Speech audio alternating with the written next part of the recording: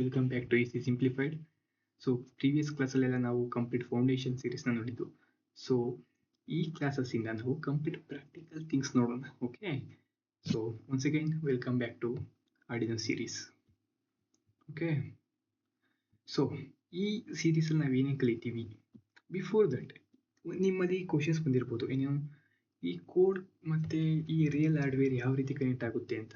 ಇದು ರಿಲೇಟೆಡ್ ಆಗಿ ನಾನು ಓದು ವಿಡಿಯೋದಲ್ಲಿ ಹೇಳಿದ್ದೀನಿ. ದೆನ್ LED ಯಾವ ರೀತಿ ಆಟೋಮೆಟಿಕ್ಲಿ ಬ್ಲಿಂಕ್ ಆಗುತ್ತೆ, ಅಥವಾ ಸೆನ್ಸರ್ ಯಾವ ರೀತಿ ವರ್ಕ್ ಆಗುತ್ತೆ, ಅಥವಾ ಮೋಟರ್ಸ್ ಯಾವ ರೀತಿ ಆಟೋಮೆಟಿಕ್ ರೊಟೇಟ್ ಆಗುತ್ತೆ. ಸೊ ಇವೆಲ್ಲ ಡೌಟ್ ಇದೆ ಅಲ್ವಾ. And first of all Arduino ಅಂದರೆ ಏನು, ಅದು ಯಾವ ರೀತಿ ವರ್ಕ್ ಆಗುತ್ತೆ.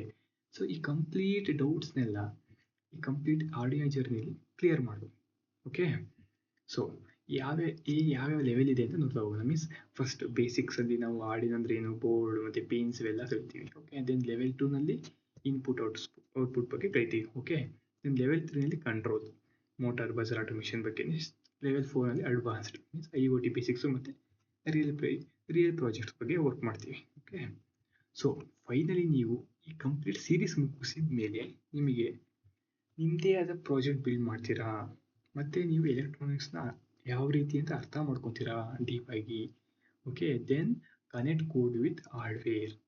ಓಕೆ, ಸೊ ಈ ಕಂಪ್ಲೀಟ್ ಆರ್ಡಿನೋ ಸೀರೀಸ್ನ ನೀವು ಅರ್ಥ ಮಾಡ್ಕೊಂಡು ಮುಗಿಸಿದರೆ ಫೈನಲಿ ನೀವು ಎಲೆಕ್ಟ್ರಾನಿಕ್ಸ್ನ ಒಂದು ಲೆವೆಲಿಗೆ ಅರ್ಥ ಮಾಡ್ಕೊಂಡಂಗೆ. Okay, so before coming to the Arduino series definitely ನೀವು ಫೌಂಡೇಶನ್ ಸೀರೀಸ್ನ ಮುಗಿಸಿರ್ಬೇಕು. ಏಕೆಂದರೆ ನಾವು ಅಲ್ಲಿ ಯಾವುದು ರೆಸಿಸ್ಟರ್ ಅಥವಾ capacitor some of the components ಬಗ್ಗೆ ಹೇಳ್ತಾ ಇರ್ತೀವಿ.